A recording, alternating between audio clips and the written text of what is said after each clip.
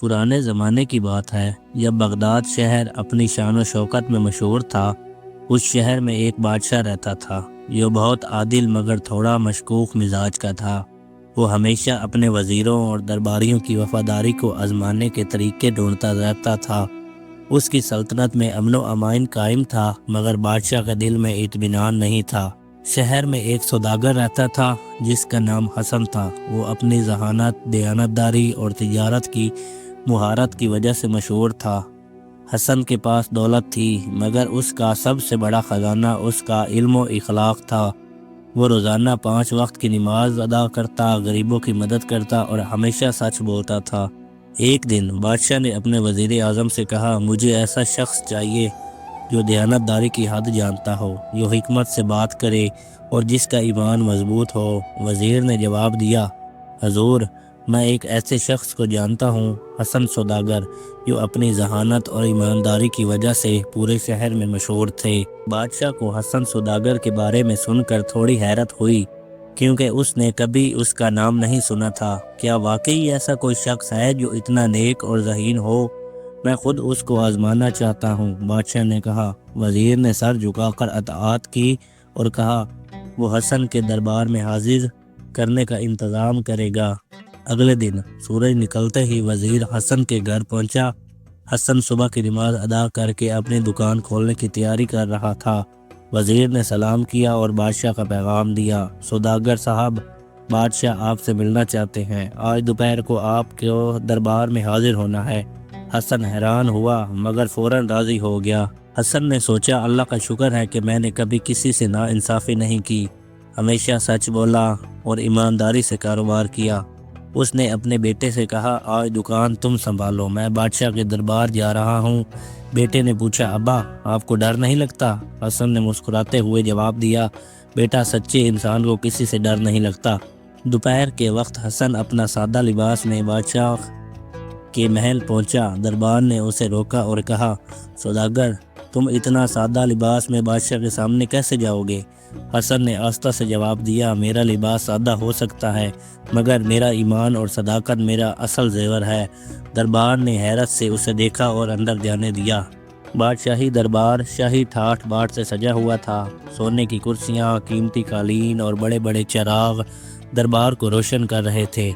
حسن بادشاہ کے سامنے پہنچا اور احترام سے سر جھکا دیا۔ بادشاہ نے اسے غور سے دیکھا، ایک سادہ لباس میں آدمی جس کی آنکھوں میں حکمت جھلک رہی تھی۔ بادشاہ نے پوچھا، سوداگر، میں نے سنا ہے کہ تم بہت ذہین اور ایماندار ہو، کیا تم واقعی اتنے ہی صادق ہو جتنا لوگ کہتے ہیں؟ حسن نے آرام سے جواب دیا، حضور، میں صرف اللہ کی خوشنودی کے لیے اپنی زندگی گزارتا ہوں، میرے اعمال میرا تعارف ہے، میرے الفاظ نہیں، آپ خود میرے بارے میں فیصلہ کر سکتے ہیں۔ بادشاہ نے مسکرا کر کہا، تمہارا جواب اچھا ہے مگر میں الفاظ سے متاثر نہیں ہوتا، میں تمہاری ذہانت اور ایمانداری کو آزمانا چاہتا ہوں۔ بادشاہ نے درباریوں کی طرف دیکھا اور اعلان کیا، میں حسن سوداگر کو 3 مشکل آزمائشوں سے گزارنا چاہتا ہوں۔ اگر وہ کامیاب ہوا تو اسے میرا خزانچی بناؤں گا اور اگر ناکام رہا تو… بادشاہ کی آنکھوں میں ایک عجیب چمک آ گئی۔ حسن نے بادشاہ کی بات سن کر بھی اپنا سکون نہیں کھویا۔ اس نے دل میں کہا، اللہ کے سوا کسی سے ڈرنے کی ضرورت نہیں۔ بادشاہ نے اپنی پہلی آزمائش کا اعلان کیا، سوداگر، کل صبح تم میرے خزانے میں جاؤ گے جہاں سونے کے سکے، ہیرے، جواہرات اور قیمتی اشیاء رکھی ہیں۔ تم وہاں اکیلے رہو گے، خزانے میں کوئی نگرانی نہیں ہوگی، کوئی پہرا نہیں ہوگا۔ بادشاہ نے آگے کہا، تمہیں وہاں پورا دن گزارنا ہے، یہ دیکھنا ہے کہ تم کتنے ایماندار ہو۔ دربار میں خاموشی چھا گئی۔ کچھ درباری مسکرا رہے تھے کیونکہ انہیں یقین تھا کہ کوئی بھی اتنی دولت کے سامنے اپنے آپ کو نہیں روک سکتا۔ حسن نے سر جھکا کر کہا، میں کل صبح حاضر ہوں گا، حضور۔ بادشاہ نے اسے جانے کی اجازت دی۔ گھر پہنچتے ہی حسن کی بیوی نے پوچھا، کیا ہوا؟ حسن نے آرام سے سارا قصہ سنایا۔ بیوی پریشان ہو گئی، یہ تو بہت بڑی آزمائش ہے۔ حسن نے مسکرا کر کہا، بیوی، یہ آزمائش نہیں، اللہ کا انعام ہے، میں تمہیں سمجھی نہیں۔ بیوی نے حیرت سے کہا۔ حسن نے جواب دیا، اللہ نے مجھے ایک موقع دیا ہے اپنی ایمانداری دکھانے کا، کیا ہمیں اللہ کے حضور پیش ہونا نہیں ہے؟ وہاں کوئی بادشاہ نہیں، صرف ہمارے اعمال ہوں گے۔ بیوی کی آنکھوں میں آنسو آ گئے اور اس نے اپنے شوہر کے لیے دعا کی۔ اس رات حسن نے قرآن پاک کی تلاوت کی اور صبح کی نماز ادا کرنے کے بعد وہ بادشاہ کے محل کی طرف چل پڑا۔ راستے میں اسے ایک فقیر ملا جو بھوک سے تڑپ رہا تھا۔ حسن نے اپنے پاس موجود کھانا اس کو دے دیا اور کہا دعا کرنا میرے لیے۔ محل پہنچتے ہی حسن کو سیدھا خزانے میں لے جایا گیا۔ دروازے پر 2 پہرے دار کھڑے تھے۔ وزیر اعظم نے دروازہ کھولا تو حسن کی نظریں چکاچوبند ہو گئی۔ سونے کے ڈھیر، چاندی کے برتن، ہیرے جواہرات کی پیٹیاں، ایسی دولت جو حسن نے کبھی اپنے خواب میں بھی نہیں دیکھی تھی۔ وزیر نے کہا سوداگر تم یہاں پورا دن رہو گے، شام کو بادشاہ خود آئیں گے۔ یہ کہہ کر وزیر اور پہرے دار چلے گئے۔ حسن اکیلا رہ گیا ان بے شمار خزانوں کے درمیان۔ اس نے سوچا یہ سب فانی دنیا کی چیزیں ہیں، میں اپنی آخرت کیسے خراب کر سکتا ہوں۔ دن گزرتے گزرتے حسن نے خزانے کے کونے میں ایک جگہ بیٹھ کر قرآن پاک کی تلاوت شروع کر دی۔ سورج ڈھلنے لگا، چاروں طرف سے حسن کو آوازیں آنے لگیں، ایک ہیرا لے لو، کسی کو پتہ نہیں چلے گا، ایک چھوٹا سا سکہ تمہاری ساری زندگی بدل دے گا۔ مگر حسن نے اپنی آنکھیں بند کر لیں اور اللہ کا ذکر کرنے لگا۔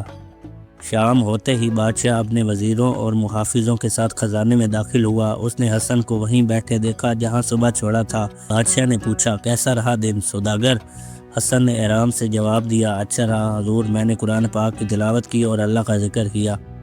بادشاہ نے حکم دیا کہ خزانے کی گنتی کی جائے۔ خزانچی نے ہر چیز کا حساب کیا اور پھر حیرت سے کہا حضور سب کچھ اپنی جگہ پر ہے، ایک سکہ بھی کم نہیں ہے۔ بادشاہ نے حسن کو گہری نظروں سے دیکھا اور کہا پہلی آزمائش میں تم کامیاب ہوئے ہو، مگر ابھی 2 اور آزمائشیں باقی ہیں جو اس سے بھی مشکل ہوں گی۔ اگلی صبح حسن دوبارہ بادشاہی دربار میں حاضر ہوا۔ بادشاہ نے اسے دیکھتے ہی کہا سوداگر آج میری دوسری آزمائش ہے۔ اس نے ایک تھیلا منگوایا جس میں 100 سونے کے سکے تھے۔ یہ سکے لو اور شہر کے مختلف حصوں میں جا کر غریبوں میں بانٹ دو، اگر یاد رکھو میرے خفیہ سپاہی تمہارا پیچھا کریں گے۔ بادشاہ نے آگے کہا اگر تم ایک بھی سکہ اپنے لیے رکھو یا اپنے رشتہ داروں کو دو تو تمہیں سخت سزا ملے گی۔ حسن نے سکون کا تھیلا لیا اور سر جھکا کر کہا میں اللہ کی مدد سے آپ کا حکم بجا لاؤں گا۔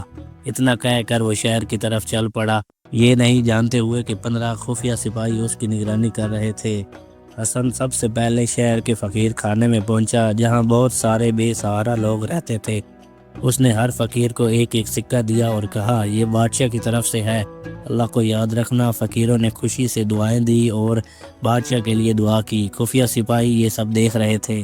پھر حسن شہر کے مسکین محلے میں پہنچا، وہاں اس نے بیواؤں، یتیموں اور بوڑھوں میں سکے تقسیم کیے۔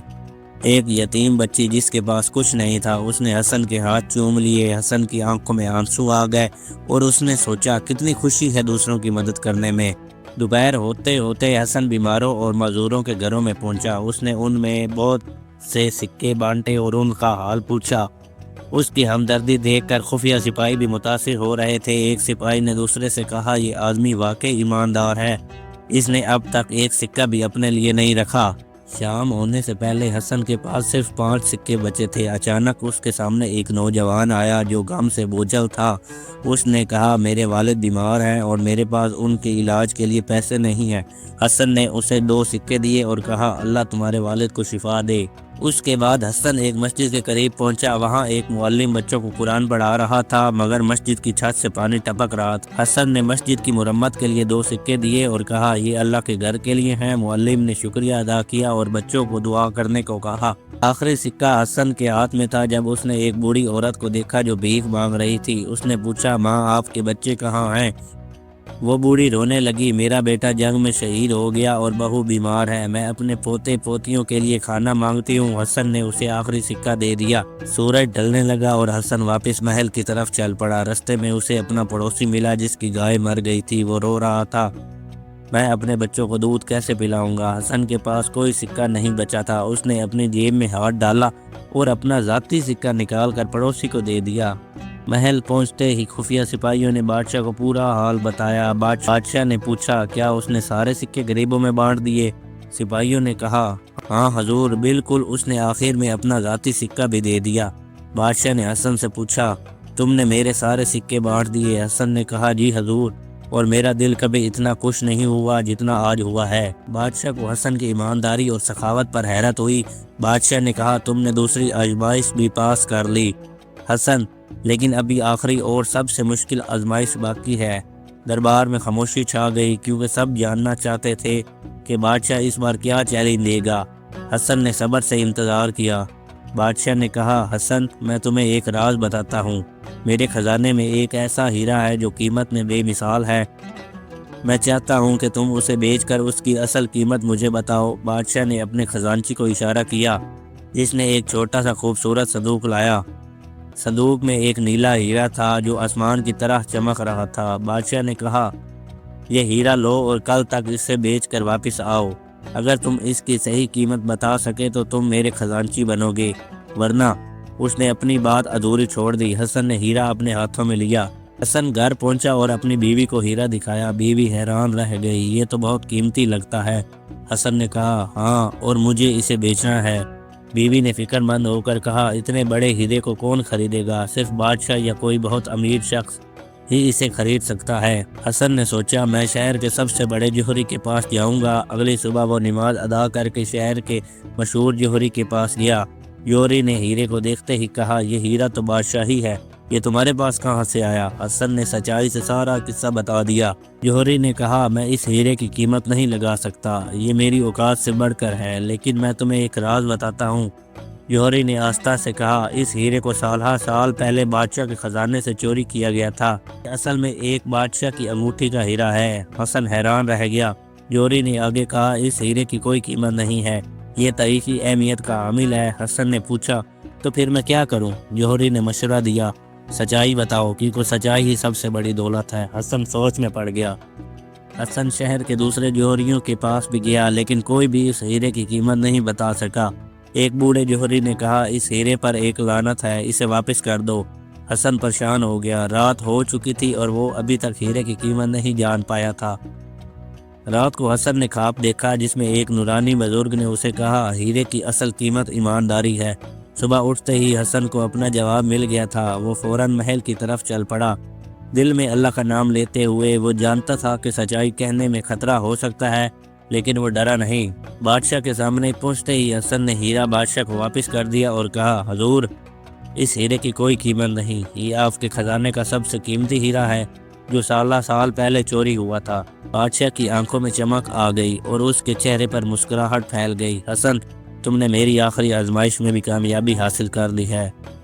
بادشاہ کھڑا ہوا اور اپنے تخت سے اتر کر حسن کے قریب آیا۔ سوداگر، تم نے مجھے حیران کر دیا۔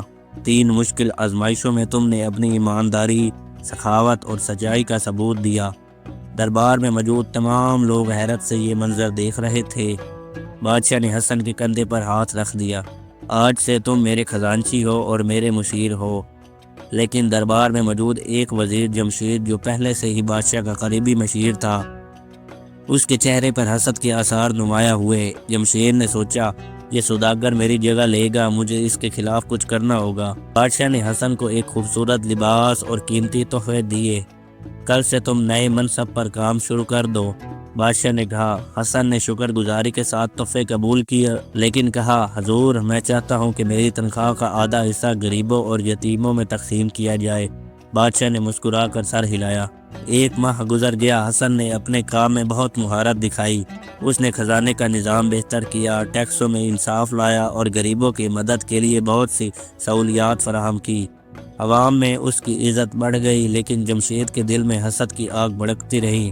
ایک رات جمشید چوری چھپے بادشاہی خزانے میں گیا اور وہاں سے کچھ قیمتی جواہرات چرا لیے۔ پھر اس نے چالاکی سے وہ جواہرات حسن کے گھر کی چھت پر چھپا دیے۔ اگلی صبح اس نے بادشاہ کے کان میں پھونکا، حضور، مجھے شک ہے کہ حسن آپ کے خزانے سے چوری کر رہا ہے۔ بادشاہ کو یقین نہیں ہوا، لیکن جمشید نے کہا، آپ چاہیں تو اس کے گھر کی تلاشی لے سکتے ہیں۔ بادشاہ نے سپاہیوں کو حکم دیا کہ وہ حسن کے گھر کی تلاشی لیں۔ جب سپاہی گھر پہنچے، حسن حیران ہوا، لیکن اس نے فوراً اجازت دے دی۔ میرے پاس چھپانے کے لیے کچھ بھی نہیں، اس نے کہا۔ سپاہیوں نے پورا گھر چھان مارا اور آخر میں انہیں چھت پر وہ جواہرات مل گئے۔ حسن دنگ رہ گیا، یہ میرے گھر میں کیسے آئے؟ میں نے تو کبھی چوری نہیں کی۔ لیکن سپاہیوں نے اسے گرفتار کیا اور بادشاہ کے سامنے پیش کیا۔ جمشید مسکرا رہا تھا، لیکن اس کی آنکھوں میں خوف تھا۔ بادشاہ نے غصے سے کہا، حسن، مجھے تم سے یہ توقع نہیں تھی، تم چور نکلے۔ حسن نے آنکھوں میں آنسو لیے کہا، حضور، میں اللہ کی قسم کھا کر کہتا ہوں کہ میں نے چوری نہیں کی، مجھے نہیں پتا یہ جواہرات میرے گھر میں کیسے آئے۔ بادشاہ نے کہا اگر تم بے گناہ ہو تو ثبوت دو۔ اچانک دربار میں ایک چھوٹا لڑکا داخل ہوا، وہ جمشید کا نوکر تھا۔ اس نے کانپتے ہوئے کہا حضور، میں نے دیکھا ہے کہ جمشید صاحب نے خود جواہرات چوری کیے اور حسن صاحب کے گھر میں چھپائے۔ دربار میں خاموشی چھا گئی، جمشید کا چہرہ پیلا پڑ گیا اور وہ گھبرا کر بھاگنے لگا، لیکن سپاہیوں نے اسے پکڑ لیا۔ بادشاہ نے جمشید کو سخت سزا دی اور حسن سے معافی مانگی۔ حسن، میں نے تمہیں غلط سمجھا۔ حسن نے سر جھکایا اور کہا حضور، اللہ ہمیں غلط فیصلے سے بچائے۔ میں جمشید کو معاف کرتا ہوں اور آپ سے درخواست کرتا ہوں کہ آپ بھی اسے معاف کر دیں۔ بادشاہ حیران رہ گیا، تم اتنا بڑا دل رکھتے ہو کہ اپنے دشمن کو بھی معاف کر دو۔ بادشاہ نے حسن کی درخواست پر غور کیا اور کہا تمہاری دیانت اور رحم دلی مجھے سوچنے پر مجبور کرتی ہے۔ بادشاہ نے جمشید کو جیل سے نکال کر سزا معاف کر دی، لیکن اس کا منصب چھین لیا۔ جمشید شرمندہ تھا، اس نے حسن کے سامنے سر جھکایا اور کہا میں نے تم سے بڑی غلطی کی ہے، میں معافی چاہتا ہوں۔ حسن نے جمشید کو گلے لگا لیا اور کہا ہم سب سے غلطیاں ہوتی ہیں، لیکن اصل کمال اپنی غلطیوں سے سبق سیکھنے میں ہے۔ جمشید کی آنکھوں میں آنسو آ گئے، میں نے کبھی نہیں سوچا تھا کہ میرا دشمن مجھے معاف کر دے گا۔ حسن نے مسکرا کر کہا اسلام ہمیں سکھاتا ہے کہ نفرت کو نفرت سے نہیں بلکہ محبت سے ختم کیا جاتا ہے۔ بادشاہ نے دیکھا کہ حسن کی حکمت اور اخلاق نے جمشید جیسے شخص کو بھی بدل دیا۔ اس نے سوچا اگر میری پوری سلطنت اس طرح چلے تو کتنا اچھا ہو۔ بادشاہ نے حسن کو بلایا اور کہا میں چاہتا ہوں کہ تم میرے وزیر اعظم بنو، ہمارے ملک کو تمہاری حکمت کی ضرورت ہے۔ حسن نے سوچا میں ایک سادہ سوداگر ہوں، کیا میں اتنی بڑی ذمہ داری نبھا سکتا ہوں؟ لیکن پھر اس نے سوچا کہ یہ موقع اللہ نے دیا ہے لوگوں کی خدمت کرنے کا۔ اس نے کہا حضور، میں آپ کی خدمت اور قوم کو فلاح کے لیے اپنی پوری کوشش کروں گا۔ بادشاہ نے خوشی سے اسے وزیر اعظم بنا دیا۔ سالوں گزرتے گئے اور حسن وزیر اعظم کے طور پر بہترین کام کرتا رہا۔ اس نے ملک میں عدل و انصاف کو فروغ دیا، غریبوں اور یتیموں کے لیے مدرسے اور ہسپتال بنوائے اور کسانوں کے لیے سہولتیں فراہم کی۔ ہر طرح خوشحالی پھیل گئی اور لوگ اسے عادل وزیر کے نام سے یاد کرنے لگے۔ جمشید بھی اپنی غلطی سے سبق سیکھ کر ایک نیک انسان بن گیا۔ حسن نے اسے ایک اہم منصب پر فائز کیا اور کہا تمہاری قابلیت کا استعمال لوگوں کی بھلائی کے لیے کرو۔ جمشید نے یتیم خانے کی ذمہ داری سنبھال لی اور اپنی زندگی غریبوں کے لیے خدمت میں گزارنے لگا۔ حسن کی بخشش نے اس کی زندگی بدل دی تھی۔ ایک دن بادشاہ بیمار پڑ گیا۔ مہینوں تک بستر پر پڑے رہنے کے بعد اس نے حسن کو بلایا اور کہا میں اپنے آخری وقت میں ہوں، میرا کوئی وارث نہیں، میں چاہتا ہوں کہ میرے بعد تم اس ملک کے بادشاہ بنو۔ حسن حیران رہ گیا کیونکہ اس نے کبھی نہیں سوچا تھا کہ وہ ایک سادہ سوداگر کبھی بادشاہ بنے گا۔ بادشاہ کی وفات کے بعد حسن ملک کا نیا بادشاہ بنا، لیکن وہ اپنی سادگی میں کوئی تبدیلی نہیں لایا۔ وہ ہر روز عام لوگوں سے ملنے کے لیے نکلتا، ان کے مسائل سنتا اور ان کو حل کرنے کی کوشش کرتا۔ اس نے ہمیشہ یہ کہا میں تمہارا خادم ہوں، بادشاہ نہیں، میری ذمہ داری ہے کہ میں تمہاری خدمت کروں۔ حسن کی شہرت پورے ملک سے آگے دوسرے ملکوں تک پہنچی۔ ایک دن دور ملک کا ایک سوداگر حسن سے ملنے آیا۔ جب اس نے حسن کو سادہ لباس میں عام لوگوں کے درمیان بیٹھے دیکھا تو اس نے پوچھا بادشاہ کہاں ہیں؟ لوگوں نے حسن کی طرف اشارہ کیا۔ سوداگر حیران ہوا، آپ بادشاہ ہیں؟ آپ تو عام لوگوں کی طرح رہتے ہیں۔ حسن نے مسکرا کر کہا میں وہی سادہ سوداگر ہوں جو پہلے تھا۔ یاد رکھو اصل دولت مال و دولت میں نہیں بلکہ اللہ کی خوشنودی میں ہے۔ اللہ ہمیں مال و منصب اس لیے دیتا ہے کہ ہم دوسروں کی خدمت کریں، نہ کہ اپنی بڑائی کے لیے۔ وہ ہمیشہ کہتا تھا دنیا فانی ہے، ہماری نیکیاں ہی ساتھ جائیں گی۔ اپنی دولت لوگوں پر خرچ کرو، دلوں میں جگہ بناؤ، یہی اصل کامیابی ہے۔